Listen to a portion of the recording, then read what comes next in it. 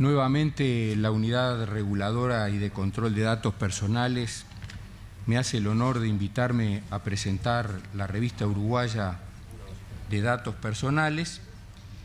Y en este caso, antes de comentarla brevemente, quiero comenzar congratulándome de la continuidad de la publicación, ya que muchas veces los emprendimientos de esta naturaleza quedan en el envión inicial.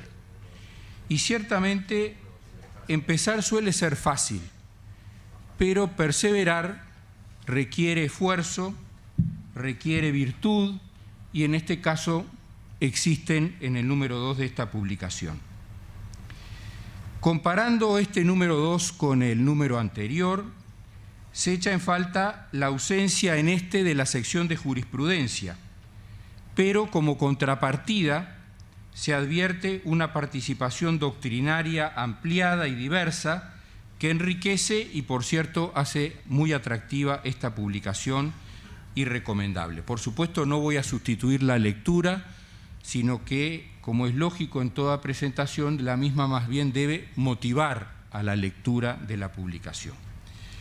La revista comienza con un prólogo a cargo de Federico Monteverde, que aquí está, donde destaca algo que me parece importante. Dice: ella es la excusa para convocar a expertos nacionales e internacionales a reflexionar sobre una realidad cambiante, que ciertamente no lo es exclusivamente por la tecnología, sino también por los cambios que operan a nivel de la cultura, la economía, la política, el entorno que nos rige y nos afecta.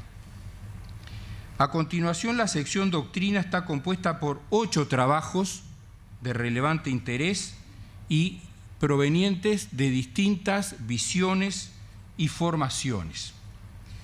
Comienza con la ponencia de Roberto Balaguer titulada «Cómo regulamos la inteligencia aplicada a los datos», pero que yo prefiero individualizar por su subtítulo, que me parece mucho más sugerente en relación al contenido. Dice Hansel y Gretel en el siglo XXI, porque el abordaje de este trabajo intenta echar luz sobre el uso de las redes por los niños y adolescentes, la protección o falta de protección de sus datos y la generalizada ausencia de conciencia respecto a la identidad digital y su importancia. Así presenta a los celulares como puertas de entrada y salida de datos y advierte sobre lo que llama la invisibilidad ficticia de Internet. Y vaya si lo es.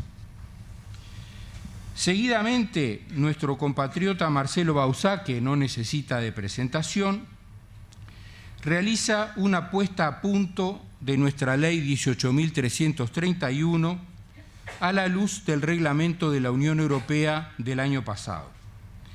Repasa los problemas y desafíos que plantea el consentimiento del interesado, el derecho al olvido, el derecho a la portabilidad de los datos y a la limitación de su tratamiento, y aporta una nueva mirada a la privacidad.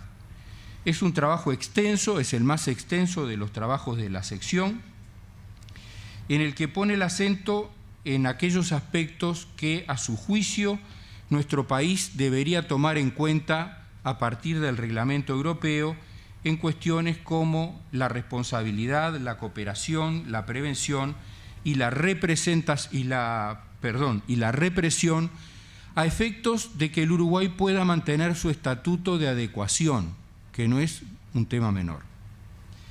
El tercer trabajo pertenece a la mexicana Arely Cano Guadiana, quien analiza el panorama de la protección de datos personales en el sector público de su país, comentando la reciente Ley General de Protección de Datos en posesión de sujetos obligados de este mismo año 2017. El cuarto trabajo reconoce la autoría de quien fuera por 3 períodos comisionada de Información y Privacidad de Ontario, la canadiense Anne Cavoukian, la cual realiza un alegato a favor de la privacidad desde el diseño, tema que también trata Marcelo Bauzá en su ponencia y el trabajo está destinado a la procura del equilibrio entre privacidad y seguridad. En quinto lugar, Danilo Doneda y Laura Schertel presentan las iniciativas legislativas sobre protección de datos en Brasil, comentando especialmente el proyecto de ley 5276 del 2016, que en caso de aprobarse, daría marco legal a la definición de dato personal e identificadores electrónicos, los conceptos de datos anónimos y sensibles, la noción de interés legítimo y otras cuestiones como la seguridad de la información, los flujos transfronterizos de datos y la organización de una autoridad de protección en la materia.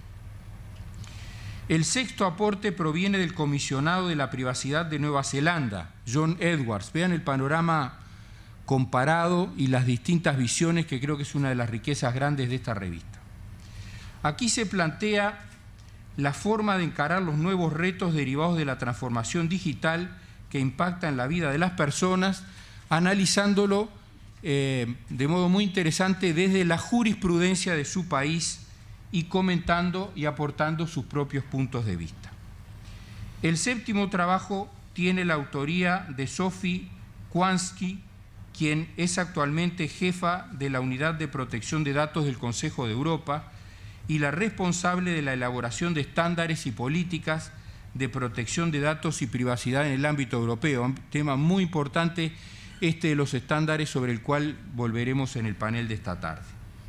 En este trabajo aborda una revisión del estado de situación actual del Convenio 108, enfatiza en la importancia de los principios vinculados al tratamiento, la calidad de los datos, los derechos de los titulares, el manejo de los datos sensibles y las cuestiones que plantean los flujos transfronterizos de datos. Finalmente, el español Álvaro Sánchez Bravo concentra su atención en el nuevo marco europeo de protección de los datos PNR, es decir, los datos vinculados a los nombres de los pasajeros de aerolíneas, especialmente en cuanto a la influencia de los controles asociados al combate del terrorismo. La segunda sección de la revista contiene 10 dictámenes del Consejo Ejecutivo de la Unidad Reguladora y de Control de Datos Personales, fechados entre febrero y diciembre de 2016 y elegidos en función de su interés. En ellos se abordan temas vinculados al mundo laboral, a datos, informaciones provenientes del periodo de facto, datos sensibles de salud, bases de datos de seguros y de las instituciones de enseñanza, derecho al olvido y las cuestiones que plantea la publicación del diario oficial en Internet con respecto a la privacidad. La tercera sección, titulada Nota de Interés, recoge el testimonio de las uruguayas Dinora Alifa, Matilde Casabó y Valeria Colombo sobre la educación en la protección de datos personales. Allí se plantean distintos abordajes sobre el tema, la generación de nuevos materiales didácticos, la inclusión como materia en la currícula escolar y también de la formación docente y la realización de concursos para niños y jóvenes con el propósito de concientizar en los riesgos derivados del mal uso de los datos personales. La entrevista, que al igual que en el número anterior cierra la publicación, se realiza a Alessandra Pierucci, que es abogada y trabaja desde hace varios años en la Autoridad de Protección de Datos italiana. El material que aporta este segundo número de la revista nos muestra la rápida dinámica que el tema de la protección de datos tiene en el mundo y nos obliga a reflexionar sobre lo que acontece en nuestra comarca, en Uruguay. Es increíble, yo presenté el año pasado la revista número 1 y ahora al revisar esta segunda revista la comparaba con la número 1. Es increíble la cantidad, calidad e importancia de los cambios verificados. Y creo que este es un llamador a la reflexión de fondo sobre este tema. Piensen ustedes que en el año 2008, cuando en nuestro país se aprueba la Ley de Protección de Datos y también la Ley de Transparencia y Acceso a la Información Pública, prácticamente se instaló el paradigma de asociar la protección de los datos personales al derecho a la privacidad y la publicidad de la información pública al principio de transparencia. Sin embargo, en estos últimos años se ha verificado en nuestro país lo que considero una clara involución normativa sobre la privacidad de las personas, motivada por varias causas, sin que se advierta en todas ellas la presencia de un interés general que justifique esta involución. Me refiero a la aprobación básicamente de 5 leyes. Primero, sobre prevención y represión del lavado de activos. Segundo, el régimen excepcional respecto a la Ley de Protección de Datos del que se dotó a la Central de Riesgos Crediticios del Banco Central. Tercero, el marcado avance de la administración fiscal sobre la privacidad de los habitantes. Cuarto, la preceptividad de la inclusión financiera. Y quinto, la ley de imposición de la denominada transparencia fiscal aprobada este año por la ley 19.484. Este panorama creo que no implica una inversión del paradigma que identifica a la información pública con la transparencia y a la información personal con la privacidad, sino en realidad una perforación de la privacidad mediante un no siempre justificable avance de lo estatal sobre lo privado. Y esto nos obliga no solo a reflexionar, sino también en perspectiva jurídica a someter esta normativa reciente y la actividad administrativa consecuente al necesario test de constitucionalidad y de convencionalidad, en la medida que en todos los casos implican limitaciones, cuando no conculcaciones de derechos fundamentales. En la medida en que no es clara la presencia del interés general, el control de constitucionalidad puede resultar negativo respecto a todas o parte de estas leyes en términos de incompatibilidad con la Constitución. Del mismo modo, algunas de esas disposiciones no resisten ni mínimamente el control de convencionalidad, porque se constata una exagerada e indebida injerencia estatal en la vida privada. Por ejemplo, esto ha sido muy obvio en los intercambios de información tributaria con otros países. Creo que el mérito de la revista que tenemos entre manos es poner de manifiesto una vez más la centralidad de la persona humana y su eminente dignidad en el Estado de Derecho que pretendemos construir. Y por eso formulo votos por la continuidad de esta revista, con el cuidado, con el buen gusto, con el equilibrio, con el colorido, con el nivel científico que han exhibido estos 2 primeros números, y aguardo con ansiedad el tercero. Muchas gracias.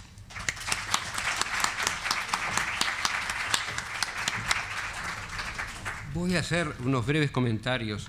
En primer lugar, que por razones de austeridad presupuestal no tenemos número para entregar a todos los interesados posiblemente en esta revista, pero va a ser subida en la versión digital a la página de la unidad, de manera que todos van a poder acceder a ella.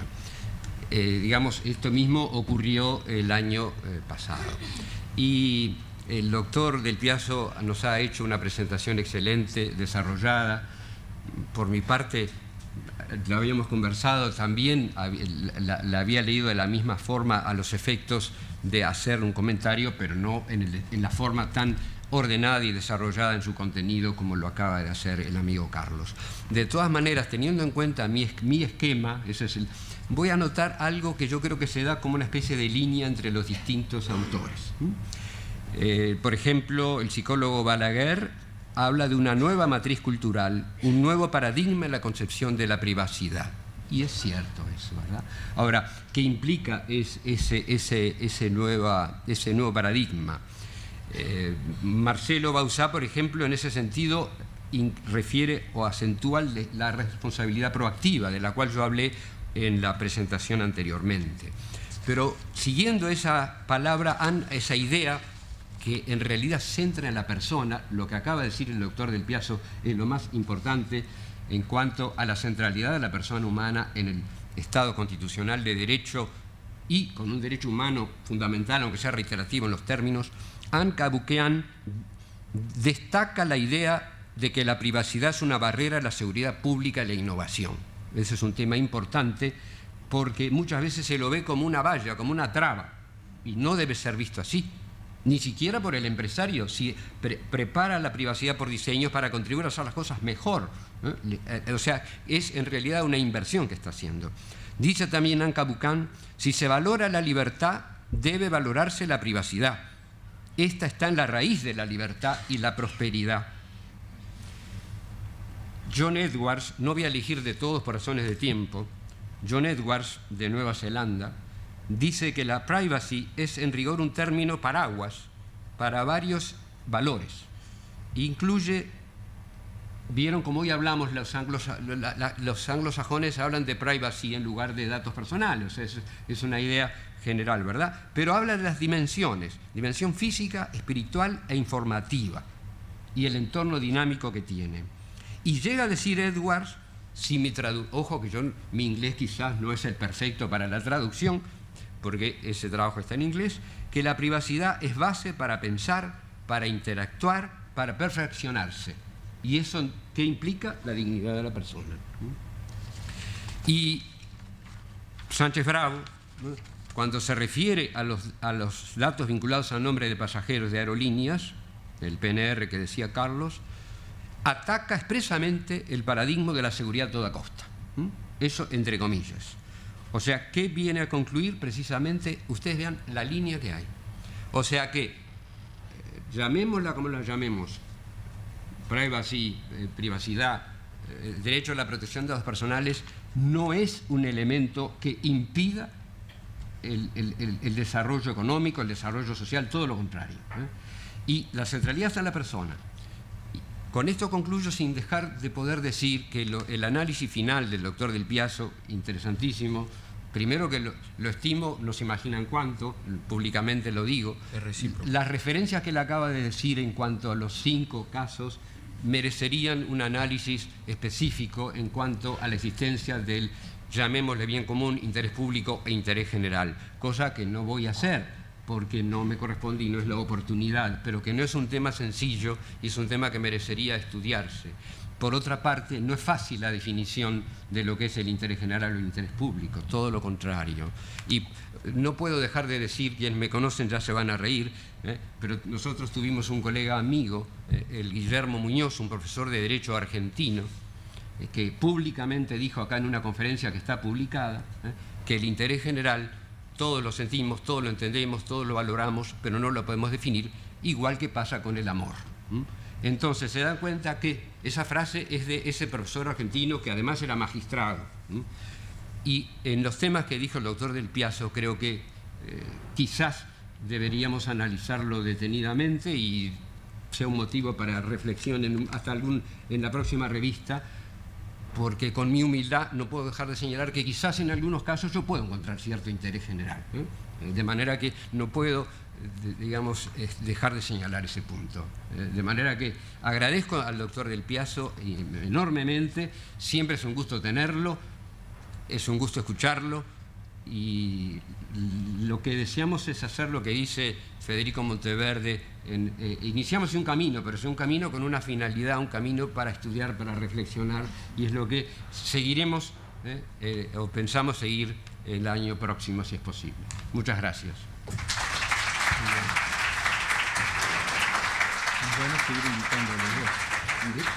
Muchas gracias a los doctores Del Piazzo y Gotondo. Los invitamos a descender y ahora es el turno para las transferencias internacionales de datos. A los efectos de conversar sobre este tema tan trascendente en los diferentes ámbitos del quehacer social, invitamos a los señores Albán Schmutz y Martín Pelle, acompañados del doctor Gonzalo Sosa, quienes nos ilustrarán sobre este tema. Bueno, bienvenidos, muchas gracias por su participación y por venir a escuchar este tema que hemos escuchado ya algunas cosas hoy y en algunas jornadas anteriores, incluso en aquellas mesas cerradas que comentaba, mesa redonda que comentaba el profesor Rotondo, vinculadas a un tema que para la protección de datos es muy importante y por eso siempre lo venimos escuchando y por eso siempre venimos buscando soluciones y alternativas, que es de las transferencias internacionales de datos. En el programa, bueno, yo aparezco como moderador y esperábamos contar con la presencia del doctor Eduardo Bertoni, el director de la protección de datos personales de la República Argentina, que a último momento lamentablemente se excusó por urgentes que tenía que atender allá, así que no pudo viajar. Pero bueno, trataremos yo voy a tratar de plantear algunos aspectos particulares asociados a las presentaciones que van a hacer los colegas y los participantes en esta mesa. Y contamos con una mesa, la verdad que de lujo. Nosotros tenemos la presencia de Albán Schmutz y de Martín Pelle, que van a disertar sobre un tema vasto y trataremos de circunscribirlo un poco a cuestiones asociadas a el Reglamento Europeo de Protección de Datos, a la normativa uruguaya y algunos otros instrumentos internacionales en los que Uruguay participa o que ha tenido algún vínculo, y posteriormente pasaremos a una ronda de preguntas. Entonces, le voy a dar la palabra en primer lugar a Albán Schmutz. Albán es vicepresidente de Desarrollo Estratégico y Asuntos Públicos de OVH y presidente de CISPE, Cloud Infrastructure Services Providers en Europa. Importante destacar que CISPE desarrolló el primer Código Europeo de Protección de Datos, para proveedores de infraestructuras en la nube. Y desde 2012, Albán está copresidiendo el Plan Nacional de Industria Francesa sobre Cloud Computing y formó parte del Grupo de Trabajo sobre Economía de Datos de Reino Unido y Francia. Eso, entre otras actividades que, bueno, resumimos brevemente acá, ¿sí? Así que, bueno, le voy a pasar la palabra a Albán, que nos va a hacer una disertación en inglés sobre el Reglamento General Europeo de Protección de Datos y las transferencias internacionales. Albán. So good morning, everyone. So sorry for my Spanish, so non-existing Spanish. So thanks for the introduction. So I've been asked today to give you a little bit an overview on what's going on regarding the GDPR in Europe. So it's, I would say, a hot topic for everyone. And if I understand correctly, it's not only in Europe that it's a hot topic, and it's also a topic for you here. And also I will elaborate on the topic of international data transfer with the view of, I would say, a European view on the topic, including those things. So just to introduce a little bit more about myself. So you've seen that I'm working for a company named OVH, and that's a company you probably never heard about. So, but probably you will, so at least today. In fact, OVH is the largest cloud provider, so the largest European cloud provider. So we are currently managing 270,000 physical servers. It may not tell you anything, but it just tells you that OVH is the only European company ranked in the top 10 worldwide in numbers of servers managed by the company. So we are managing more infrastructure than companies like IBM or other companies like that. So it's not a well-known company since so we are mostly focused on Europe and developing in other areas in Australia or in Singapore or in the US, in Canada, etc., but not in the area here in Latin America today. I have also another hat, and that may be also interesting for the topic today. So I'm chairman of a group, so a trade association named Cloud Infrastructure Service Providers in Europe. That's an association that gathers infrastructure as a service provider operating on the European soil. So it means that not only European headquartered companies, but it includes other international companies having customers and operations on the European soil. And in the frame of this trade association, in fact, we started this trade association to discuss the data protection topic. and the implementation of the General Data Protection Regulation that was on the road at a European level. So I don't know how much we are aware of that, but I would say everyone should be ready by May 2018. And we've done the work regarding cloud infrastructure to be ready to have the implementation rules regarding that topic. And therefore, we developed a code of conduct. So I will elaborate a little bit more about what is the General Data Protection Regulation for those who are not fully aware of that. But in this general, so it's in the title, it's the general regulation, it does not apply to a specific sector of activity. So it means that it lets to the industry or the stakeholders of a specific industry to take the lead and to establish the rules that should be done regarding their own business or activities, and being able to submit the rules they want to apply to what we name the club of the European Data Protection Authorities. So all the authorities of the several member states in Europe to have to give a formal opinion on that, and then if the opinion is a good one, then the European Commission can take a code of conduct and give him a general validity across the European Union. So it makes some kind of lex specialis and applies to everyone, to a dedicated sector of activity that needs to comply with this code of conduct. And that's the work we've done with the CISPE Data Protection Code of Conduct. If you want to read it, it's available on the cispe.cloud website in English. For those who are interested, I have a Spanish translation, but it's not on our website. If you are interested in, just give me your business card at the end of the presentation. I will send it by email.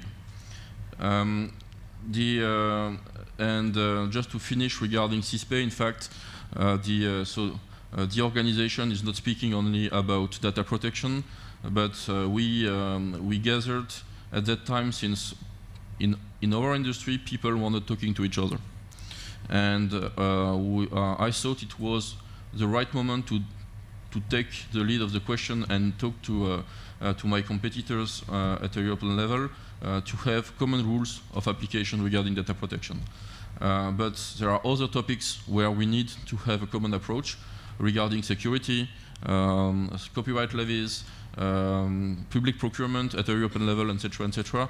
So we are working on many others area in this trade association. So now we come to the topic of the General Data Protection Regulation. To let you understand what is the General Data Protection Regulation, first we need to understand what is, I would say, the main points in this regulation. First, the consent must be given previously by the data subject. So it's an opt-in approach and not an opt-out approach.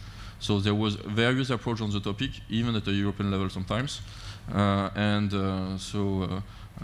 Sometimes some people may forget that the European Union is 28 states, soon 27, with our friends of the UK going out, but it remains member states, separate member states. So we have different histories in doing things, different way of doing things. It does not mean that it's not equivalent in terms of protection sometimes, but it's a different way. Here, with this general data protection, we will have one rule for every country across European Union, and even the UK states that after the leave, so the Brexit, they intend to apply the GDPR the same way. So it's something very, very important. So you have this question of the consent. You have the question of having a specific purpose regarding the data processing, and a huge question regarding transparency. So you should inform the people what you are doing with the data. You need to give the ability to the end user, the citizen, so to someone who wants to have access to its data, you need to guarantee this access. And there are many industries where it never has been thought like that. So, so in the tech industry, many players haven't thought things like that.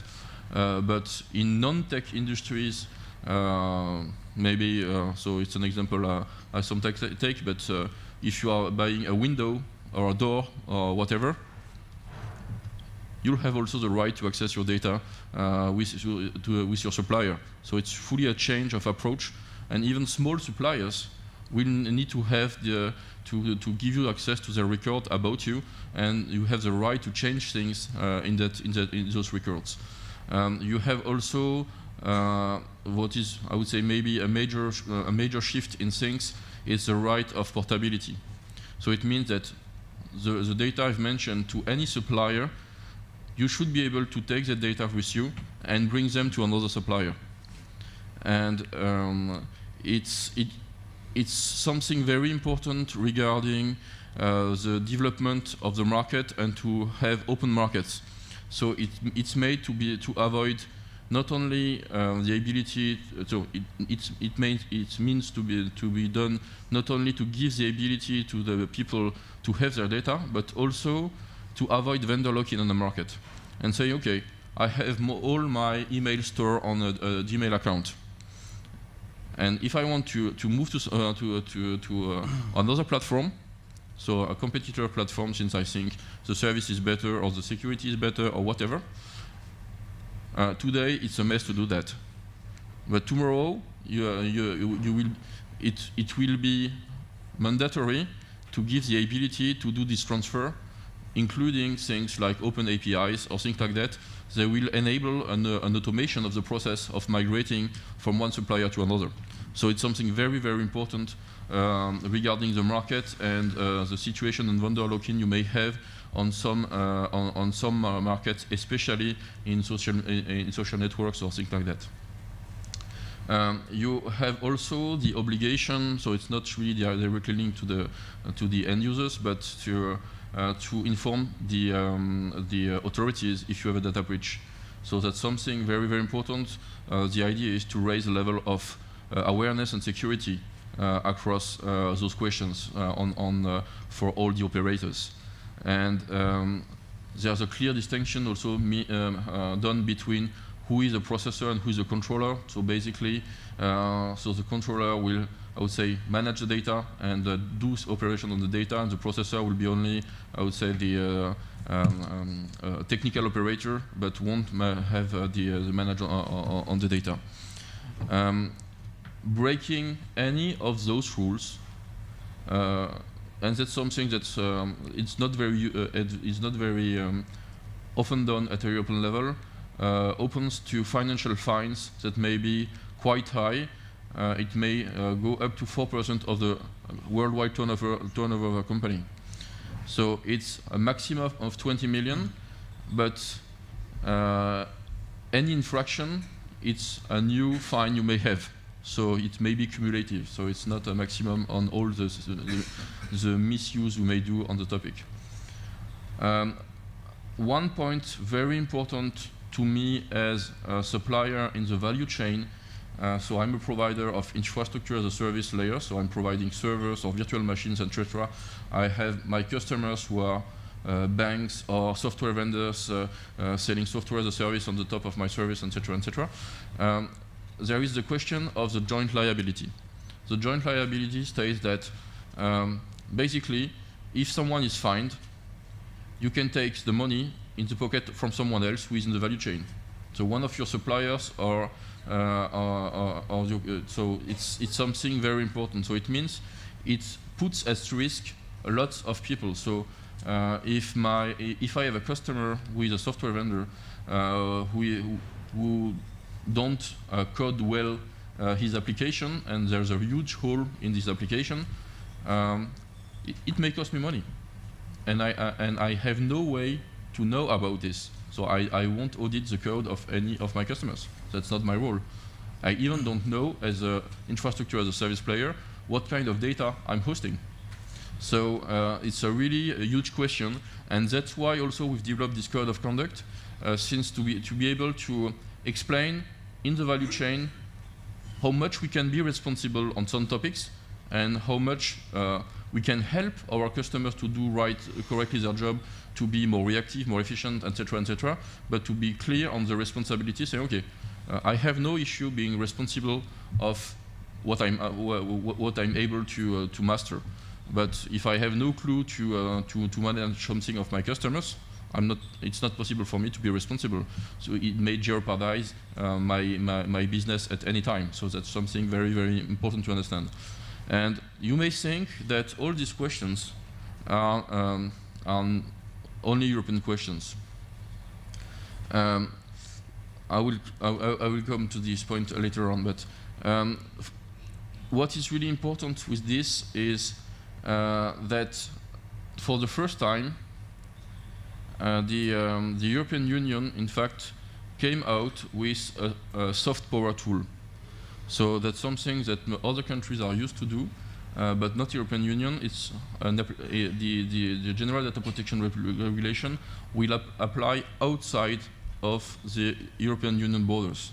It will apply to if you are processing data for an EU citizen anywhere in the world, even if you have just one user on 1 million in your platform, you are supposed to be subject to those rules, and it's very impactful at a worldwide level, and it really sets a certain level regarding data protection now.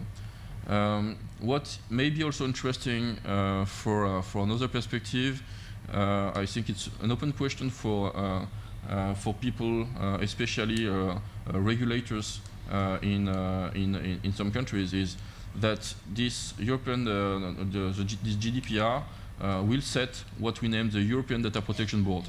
So it will be the national data protection authorities won't disappear, so they will remain in each of the European countries, but their role will change.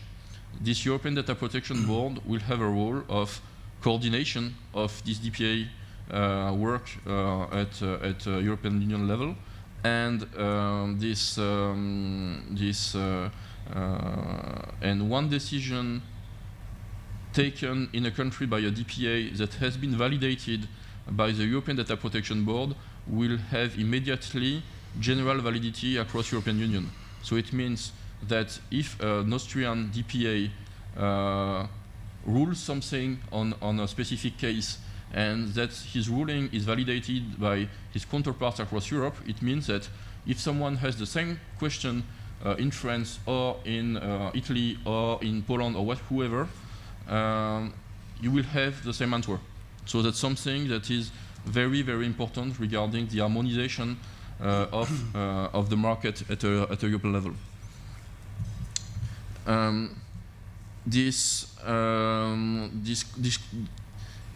It's something very important, since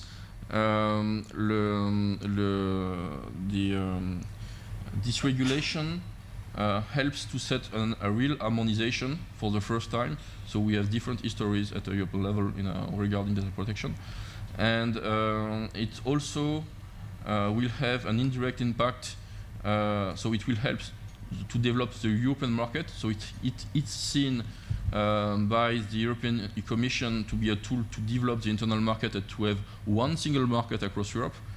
So studies made by European Commission say that having one rule will save 2.6 billion euros.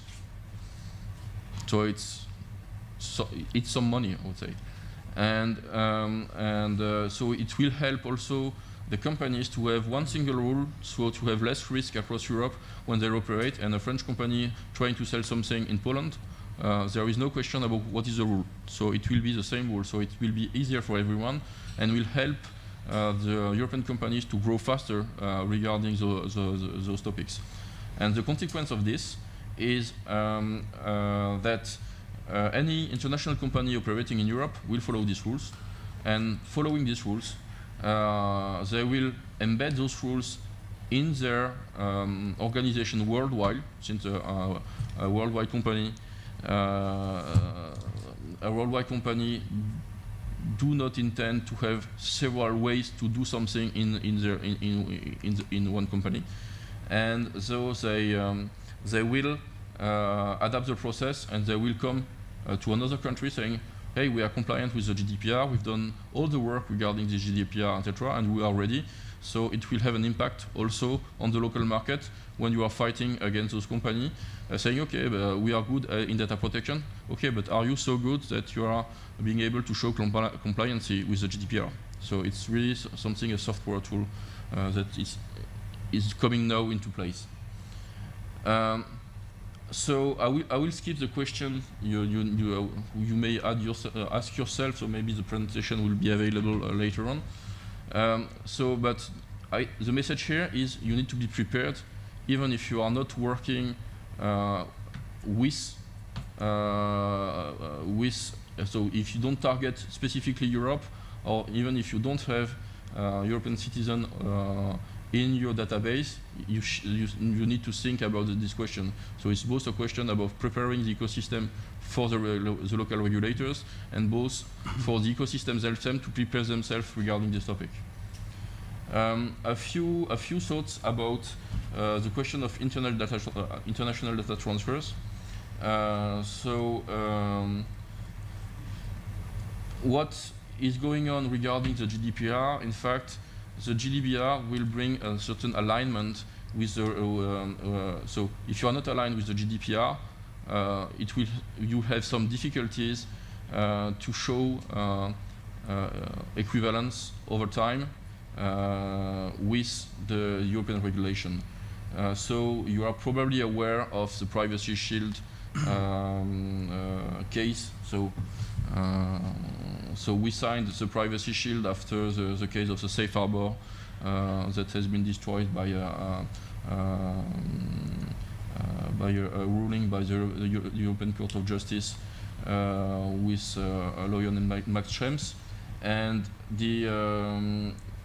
there is higher and higher pressure to stop this Privacy Shield in Europe, especially regarding the equivalence today that has been given to the US, and a recent mission by the European Parliament on the US soil is saying that there is no equivalence. So there's a real question regarding this thing, and what is, I don't know if it's funny or not, but I had a very interesting discussion with so I would say the main guy who discussed this Privacy Shield for the European Commission with the US, and he said himself that the work has been done too quickly, and he didn't think that European companies didn't want, in fact, they are not really interested to store their data in the US.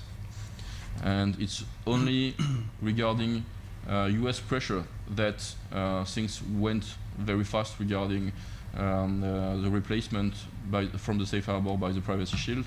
So things are really changing in Europe regarding this topic. I wanted also to address two more topics, so one on this slide and one on another slide, to be on time.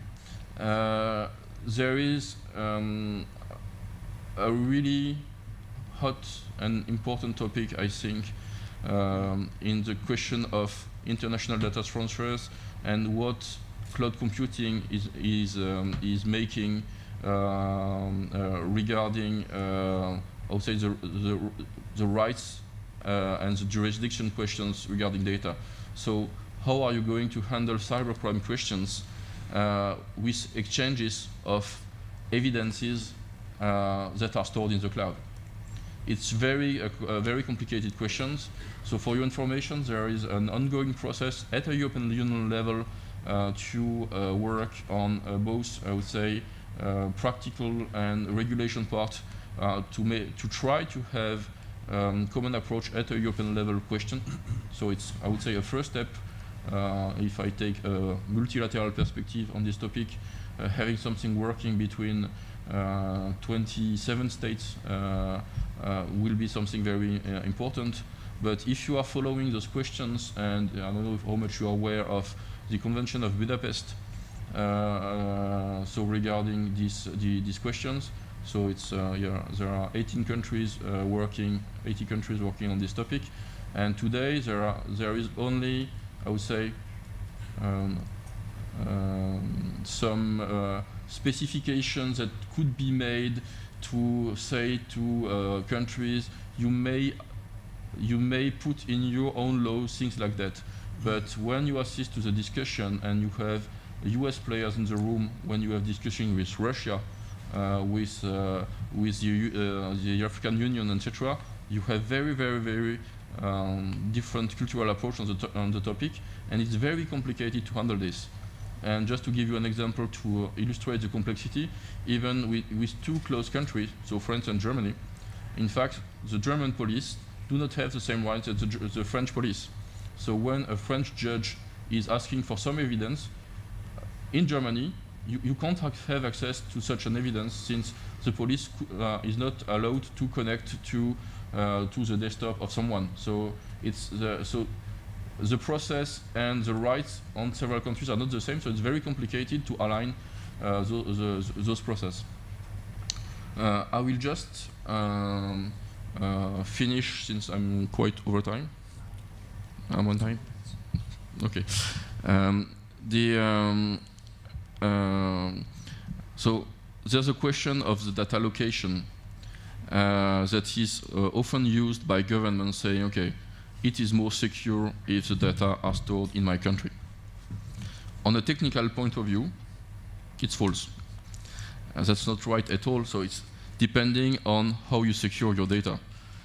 So obviously, if you are storing your data in a country where anyone may have a physical access to the infrastructure, the risk is higher than to a country where it's not the way things are going. But it's not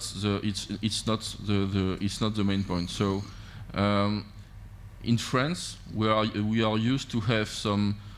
We don't say it, but we try to be sure that data are stored in France. To be sure, and on a political point of view, in fact, is to attract investment. Saying, okay, if you have a data location rule, it means that someone will need to invest and to do some to spend money to get service on the French soil. But things are changing now at a European level, and currently there's a discussion on what we name the free data flow internally at the European Union, that will state that data may flow from any country to another in Europe without barriers. So France and Germany were slowing down the process.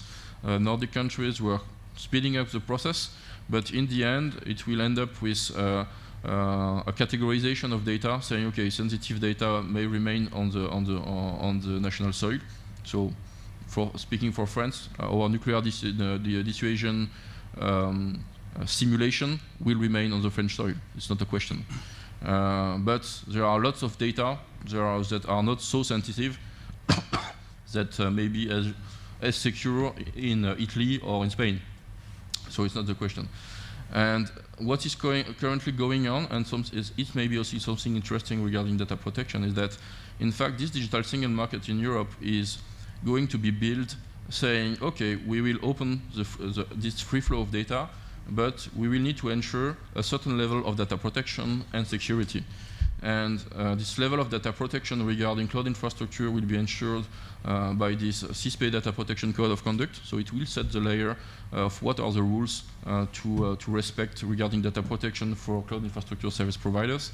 And regarding the security, since it's not the same topic, there was a bottom-up approach launched by France and Germany, and who has been officially presented in December of last year, who is named the European Secure Cloud. So it's a standard framework to ensure that the providers will have a certain level of security, and it will be required to participate to public tenders, and it will probably end up that lots of big companies will use it also in their requirements when they have private tenders.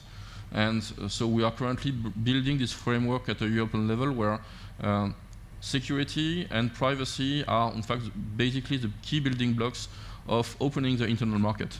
And what I want to mention here is that what's ongoing at a European level, in fact, will probably have an impact at a larger area, since the data will need to flow in international data transfer with their own security. So being able to ensure an equivalent level of security and data protection to any other places will be a must-have in the future regarding these topics. So I will stop here my presentation, and if you have any questions, I'll be happy to answer them.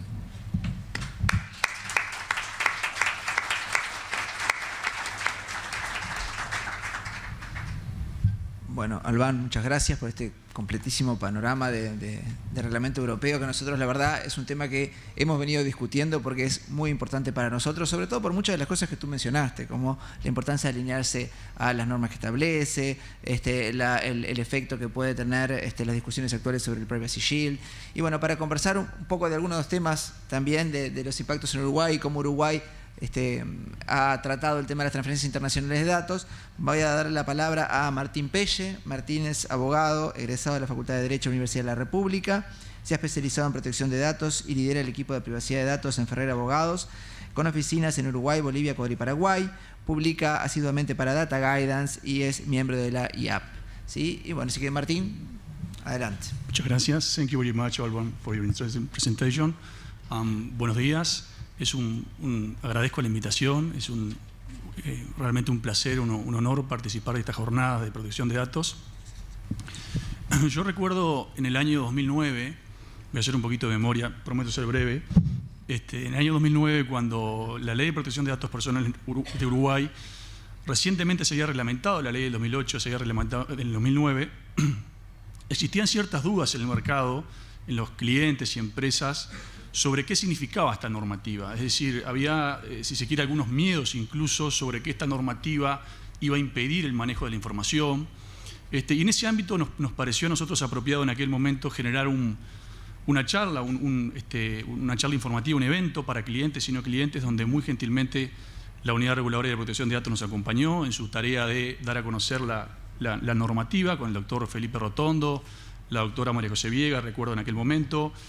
También invitamos a un querido colega argentino, al doctor Pablo Palazzi, porque, como ustedes saben, Uruguay y Argentina son pioneros en materia de leyes de protección de datos. Argentina tenía un poco más de experiencia en aquel momento, porque tenía una ley del año 2000. Y un poquito el mensaje que dábamos en aquella charla, lo primero era, bueno, esta regulación que venimos a adoptar responde a un fenómeno global, es decir, no es una creación uruguaya, viene dado por una realidad, es decir, por lo que es el desarrollo tecnológico y la necesidad de proteger un derecho humano fundamental, como lo han expuesto aquí los doctores del Piazza y Rotondo, como sin duda lo es la privacidad y protección de datos. En ese marco también destacábamos, y desde la óptica nuestra, de asesores del sector privado, la importancia que sin duda tenía una regulación que no había que verla como una limitación, sino como una oportunidad de dar valor a uno de los principales activos que las empresas tienen, como sin duda lo son la información, los datos personales.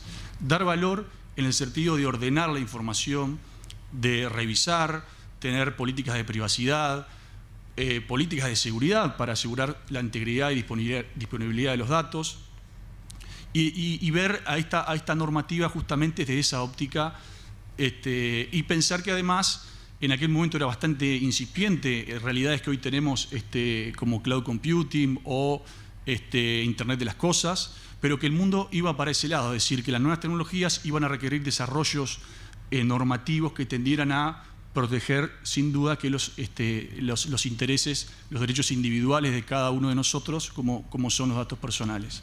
Hoy, casi 10 años después de aquel momento, hemos sido testigos desde nuestra función de una verdadera transformación, es decir, una transformación tecnológica, pero también una transformación a nivel regulatorio y normativo. Lo vemos, aquí se habló más temprano sobre los estándares iberoamericanos, lo vemos con diferentes países de América Latina, de América Central y de América del Sur, adoptando normativas en este sentido, Europa profundizando la necesidad de la regulación, como expuso muy claramente Albon, cuáles son los desafíos que el nuevo reglamento europeo que comienza a regir el año que viene nos traen. Y en ese marco de regulación proteccionista, sin duda que las transferencias internacionales tienen mucho que ver para que esta protección que se quiere dar, digamos, sea realmente efectiva. Porque hoy en día el libre flujo de datos sin duda que es una realidad y que se debe fomentar para el desarrollo comercial y tecnológico, pero ese libre flujo de datos no puede poner en riesgo los derechos de cada uno de los individuos a la protección de sus datos.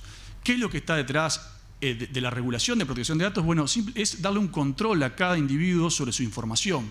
Es decir, pone en el centro de la regulación está el individuo y a partir de allí, como lo expresaba el doctor Rotondo, los datos relacionados a las personas son los que se protegen, no los datos en sí mismos. Y en ese sentido, la normativa viene a darle ese control, saber quién tiene la información, para qué la tiene, con qué finalidad la usa, dónde está la información. Son todos derechos que a través de distintos principios que son comunes en todas las regulaciones se trata de dar. Y allí viene la necesidad, como les decía, de regular la transferencia internacional de datos, porque para que los datos puedan mantenerse en un control, puedan tener el responsable de la base de datos y la persona pueda mantener esa información dentro de su esfera de decisión, es importante que los datos no vayan a jurisdicciones o no caigan en paraísos informáticos o lugares donde no haya protección adecuada. Entonces, para hablar claro, lo que trata de hacer la parte de regulación de transferencia internacional es tratar de que los datos siempre estén dentro de un circuito seguro. Circuito seguro sea por legislaciones que lo protegen o en ausencia de legislaciones por garantías contractuales, individuales o autorregulación, como se hablaba aquí también, que garanticen ese control y esa seguridad. Ahora, ¿significa esto que ese circuito seguro, que los datos no puedan transferirse a cualquier parte del mundo? No. O sea, sería impensable que una regulación hoy en día vaya en contra de un hecho que es de la realidad, digamos, ¿no?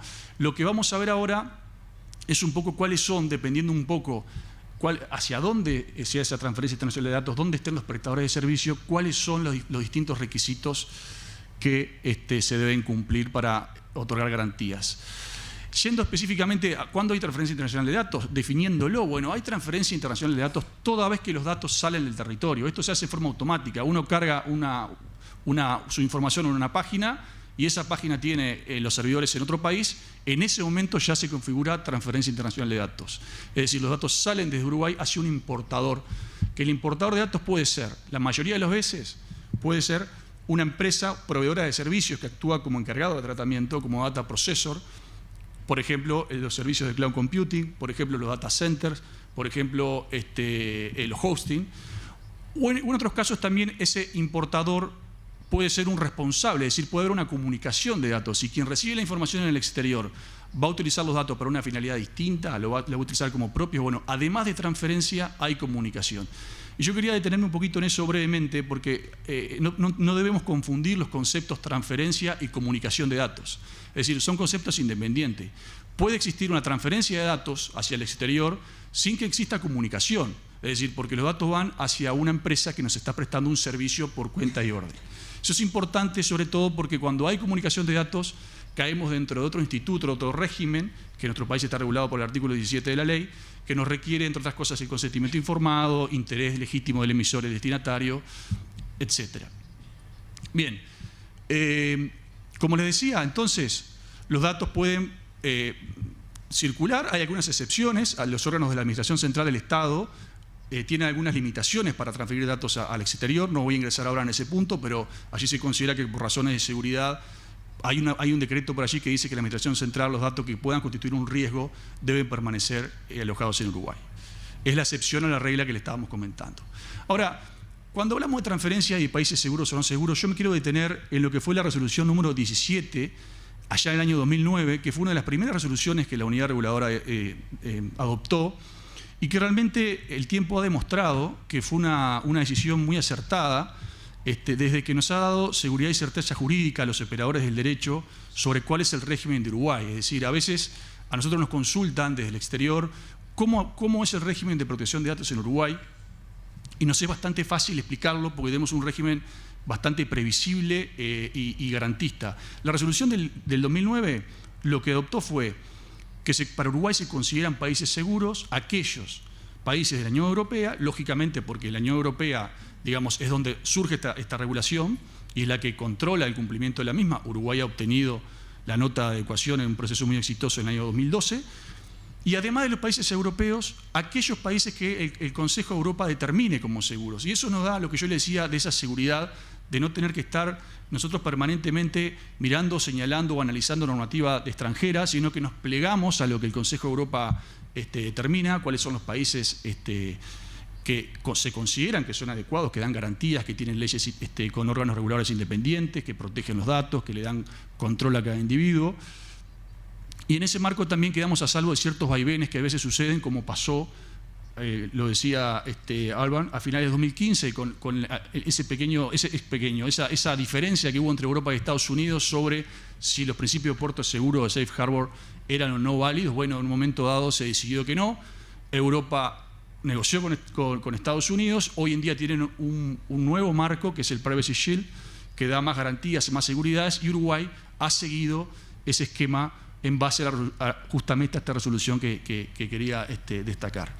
Ahora bien, como les decía, cuando los datos no están en esos países declarados seguros, o sea, los proveedores de cloud o de un hosting o lo que fuera, no están en ese tipo de países. ¿Cuáles son las soluciones? Porque pensemos, por ejemplo, que Uruguay tiene mucho flujo comercial con Brasil, exportaciones, Brasil, China, y esos países no son países considerados por el Consejo Europeo como de norma de protección de datos. Entonces, en ese caso, en ausencia de legislación específica, lo que se le da es una garantía contractual. Entonces, la ley dice que la unidad reguladora puede autorizar transferencias cuando se otorguen garantías contractuales suficientes. ¿Esto qué es? Ni más ni menos que las partes, las empresas involucradas, o sea, la entidad local, que es la responsable de esos datos, la dueña de los datos siempre el individuo, la responsable de los datos, debe firmar un contrato, debe tener un contrato de transferencia internacional con quien va a hacer el procesamiento en el exterior, y en ese contrato se establecen esas obligaciones por medio contractual que no están en la ley. Digamos, ustedes saben que los contratos son ley entre las partes, entonces en ese sentido se exigen determinadas garantías. Pero además se siguen lo que se llaman los modelos europeos, o sea, Europa tiene modelos de cuáles son las cláusulas que de alguna manera nos garantizan, nos dan seguridad respecto a esa transferencia, y una de ellas que quiero destacar es la cláusula de tercero beneficiario. Es decir, los contratos por principio de derecho, en principio, solo obligan a las partes, es decir, la entidad uruguaya A contrata con la proveedor de servicios fuera del país, y de principio, por el principio de relatividad de los contratos, las partes solo quedan obligadas entre sí. Ahora, las cláusulas modelos incorporan una cláusula muy importante, que es la cláusula de tercero beneficiario, que ¿qué dice?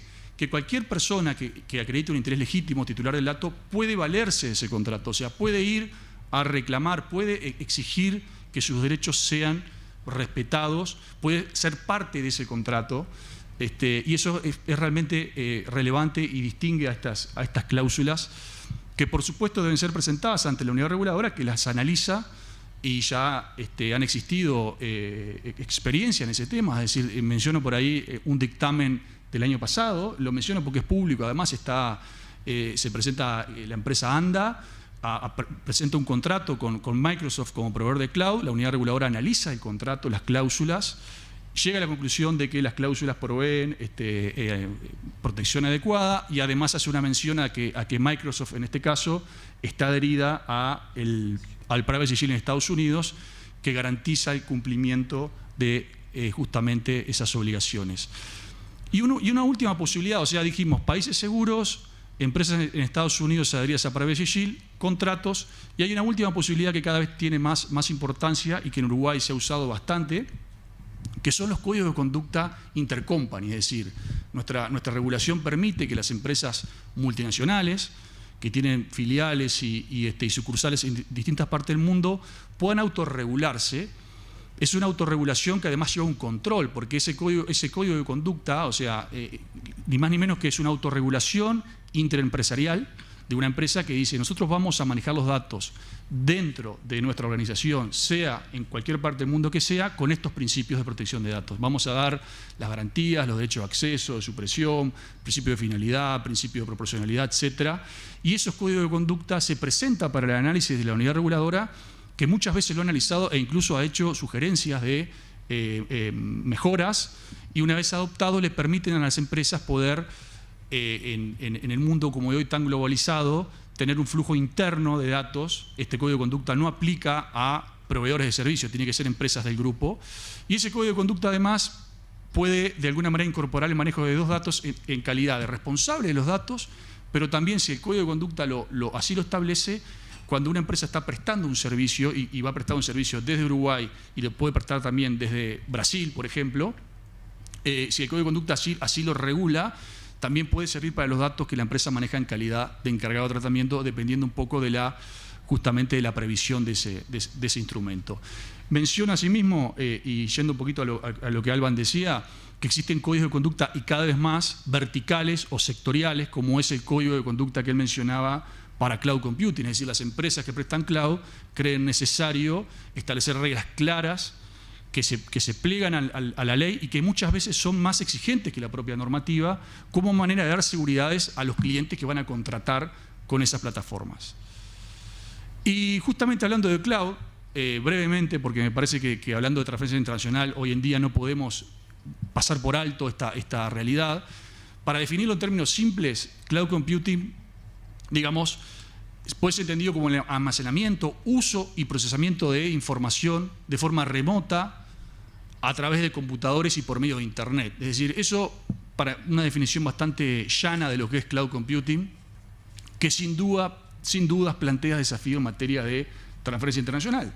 Porque ustedes saben que digamos, yo no soy, lógicamente, lejos estoy del conocimiento de los ingenieros de sistema, pero la base de cloud es alojamientos en distintas partes donde la transferencia de los datos se hace según las necesidades de espacio de esos servidores.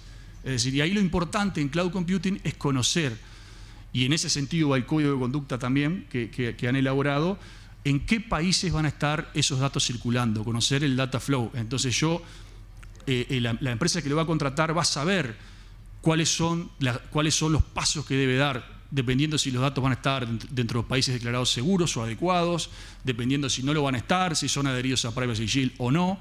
Entonces es muy importante en materia de cloud computing tener muy presente la transferencia internacional desde el diseño, como se va a hablar aquí, se habló ayer, que cada vez se hace más importante a la hora de proteger la información, sobre todo con esta nueva realidad que tenemos de posibilidad de analizar millones de datos por segundo. Bueno, la privacidad desde el diseño es el camino para las garantías en la protección de los datos.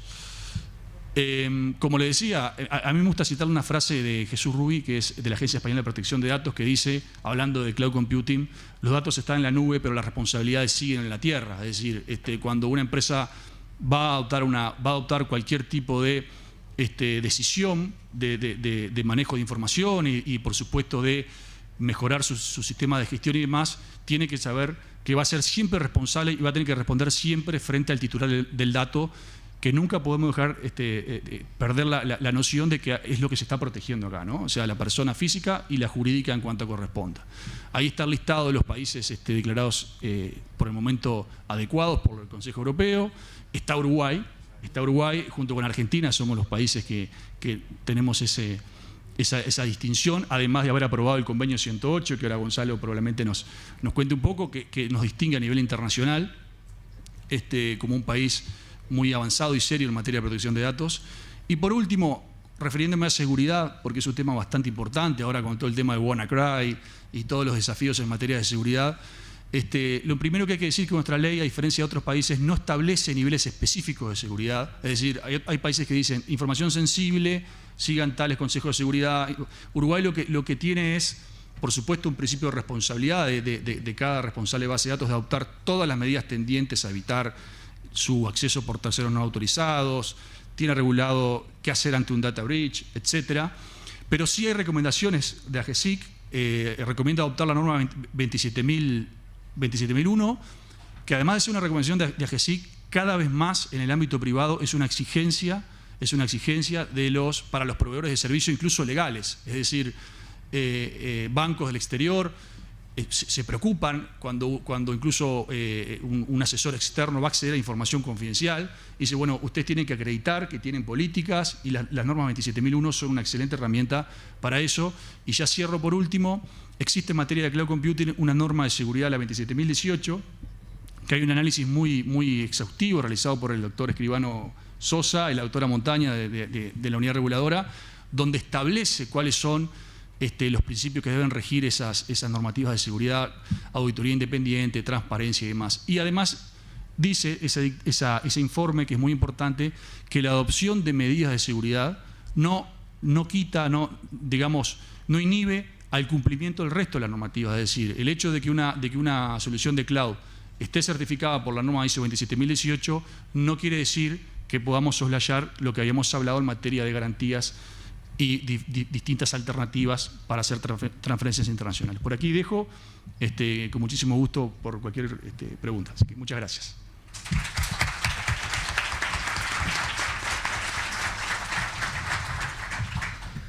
Bueno, Martín, muchísimas gracias por tu presentación. La verdad que bastante exhaustiva en cuanto a cuál es la normativa uruguaya y cuáles son las consideraciones que tenemos que tener en cuenta cuando estamos considerando la realización de transferencias internacionales.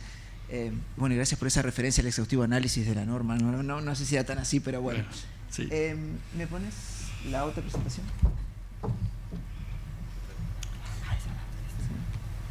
Bueno, yo simplemente voy a finalizar con una breve presentación. Lo bueno de hacer esto de moderadores es que uno también se regula a su propio tiempo, así que voy a tratar de ser lo más breve posible, ¿sí? Y vamos a hacer referencia a 2 o 3 cuestiones adicionales vinculadas al régimen de transferencias internacionales, y vamos a hacer referencia a ellas porque para Uruguay es importante también. Recién Martín hablaba de los dictámenes y las resoluciones de la unidad y de la normativa nacional en materia de transferencias. Albán hablaba de la normativa europea, el nuevo reglamento y la importancia de considerar las decisiones de la Unión Europea y de la Comisión Europea. Yo lo que voy a hacer muy breve referencia es simplemente a las transferencias internacionales en 2 aspectos puntuales, que son la consideración de la regulación de las transferencias en los estándares internacionales, en los estándares iberoamericanos, que ya hemos mencionado y que para nosotros también son muy importantes porque son el resultado de un arduo trabajo que realizó la Red Iberoamericana de Protección de Datos Personales, y algunas consideraciones puntuales sobre la modernización del Convenio 108 en materia de tratamiento automatizado de datos personales. ¿Por qué es importante esto? Bueno, lo hemos venido hablando, más allá de la dimensión a veces es difícil dimensionar económicamente el valor de las transferencias internacionales de datos, y saber que una transferencia internacional de datos es tan fácil como hacer un clic en el celular. Por eso es importante analizar las consecuencias y ver, ¿sí?, qué es lo que se va a hacer con nuestros datos. Y hay toda una cuestión económica, ¿sí?, atrás, como se revela en algunos informes que hemos analizado en alguna otra oportunidad, como el informe Digital Globalization del McKinsey Global Institute, que habla en el año 2014, en realidad es el último que tenemos conocimiento, sobre los flujos internacionales, que el incremento que ha tenido en el PBI mundial de 7.8 trillones de dólares, representante de los flujos de datos, una estimación de 2.8 trillones de dólares. Así que vemos que hay una cuestión económica asociada y por eso es importante también regularla, sin perjuicio de que para nosotros, además del tema económico, acá lo importante es que tenemos atrás, como lo decía bien Martín, es un derecho humano fundamental, ¿no? Las resoluciones, Martín ya mencionó 2 o 3 muy importantes para nosotros, como por ejemplo la resolución 17 del 2009 de los países adecuados y la 16 de 2016, que no está ahí, pero también es fundamental, y estos otros dictámenes y resoluciones que tenemos sobre el empleo de cláusulas contractuales, sobre el tipo de transferencias alcanzadas por la ley, sobre los proveedores de servicios en la nube, y esto, por todo este tema que hemos tratando, tal vez sea conveniente comentar un poco el dictamen 8 de 2014, que era una situación en la cual se planteaba por una empresa la necesidad de almacenar determinada información en la nube a través de un prestador de un servicio, un proveedor de servicios que le brindaba esa posibilidad, y que la unidad se pronunció expresamente de que esa transferencia a la nube es a una transferencia internacional de datos, por lo cual deberíamos de considerar todo esto que venimos hablando sobre si esos servidores donde se va a alojar la información están o no en países adecuados, para ver si se requiere el cumplimiento de garantías adicionales. Son algunas, tengo al doctor Rotondo ahí adelante, yo sé que faltan otras, pero son algunas pocas nomás, como para explicitarles la relevancia que tiene para nosotros, para la unidad de este tema. Los estándares iberoamericanos, que están disponibles en las páginas web de los miembros de la red y en la propia página de la red, son parte de una estrategia establecida como estrategia RIP 2020, que la vamos a comentar seguramente después en alguna otra de las charlas, para impulsar y contribuir los procesos regulatorios. Y se establecen estos estándares, que tenemos versiones en español y en inglés también por ahora disponibles, parámetros para futuras regulaciones o revisión de las existentes, ¿sí? En lo que hace en particular a las transferencias internacionales, el capítulo 5 de los estándares, además de mencionarlos en algunos otros artículos, hace referencia a las transferencias y considera necesario, ¿verdad?, que cuando los países regulen las transferencias internacionales, establezcan niveles adecuados de protección para el destinatario. Martín hablaba del exportador y el destinatario. Bueno, para el destinatario tenemos que tener niveles adecuados de protección o garantías suficientes, ¿verdad?, por parte del exportador, y acreditar, además de estas garantías, ¿verdad?, niveles suficientes o condiciones suficientes en materia de protección de datos por parte del destinatario. La exigencia de cláusulas contractuales y otros instrumentos, esquemas de autorregulación vinculante entre exportador y destinatario, o instrumentos como por ejemplo las certificaciones, que son difundidas no tanto aquí, pero en otras regulaciones.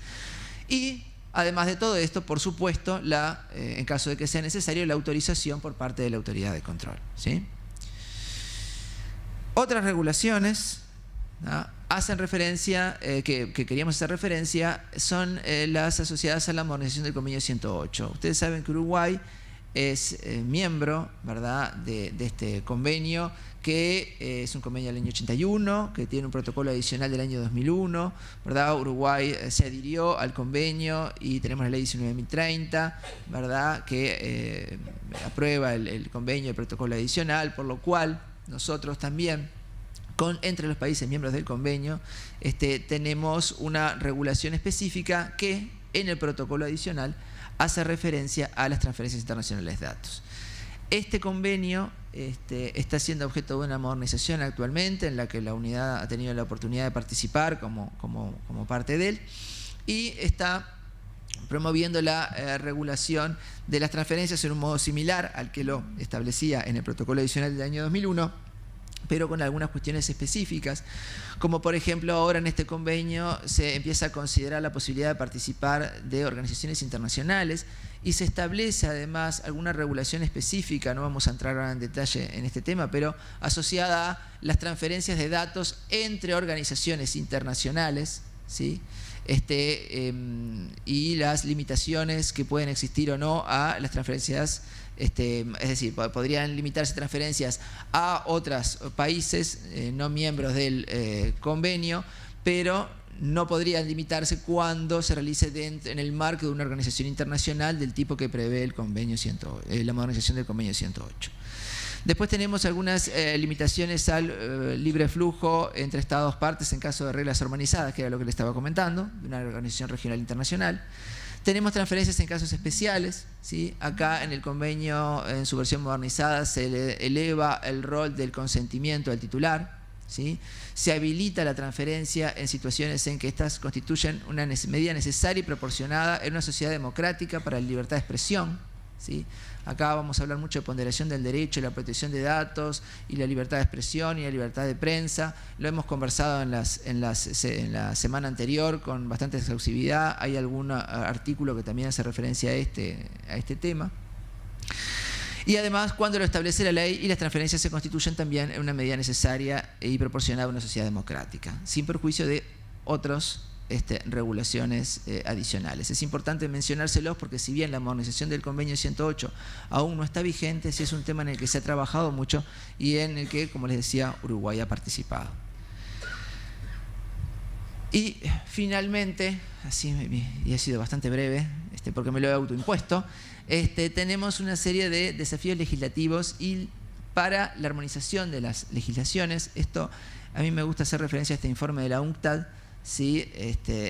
La Oficina de las Naciones Unidas para el Comercio y el Desarrollo, que ha hecho un informe sobre la protección de datos, las regulaciones y los flujos internacionales de datos, más desde una perspectiva del desarrollo y del comercio, pero que son útiles para ver cuáles son la problemática, ¿no?, asociada a lo que un poco comentaban los anteriores expositores de la armonización de las reglas entre los distintos países. Y los desafíos legislativos que propone la UNCTAD y que tenemos que evaluar son la consideración de las diferencias entre los distintos países, ¿sí?, el poner el foco en las nuevas tecnologías, un poco lo que hablaba el doctor Rotondo hoy temprano y hemos mencionado en alguna otra oportunidad.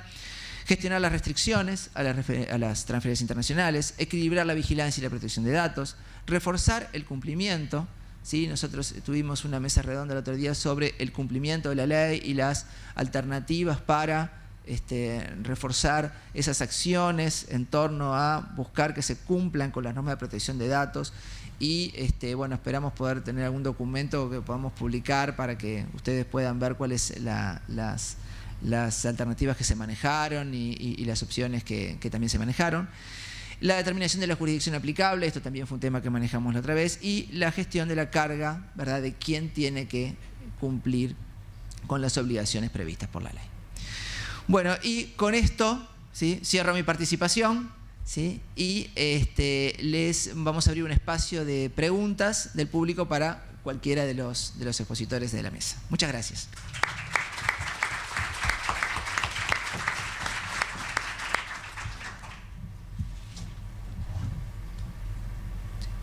No sé si hay alguna pregunta.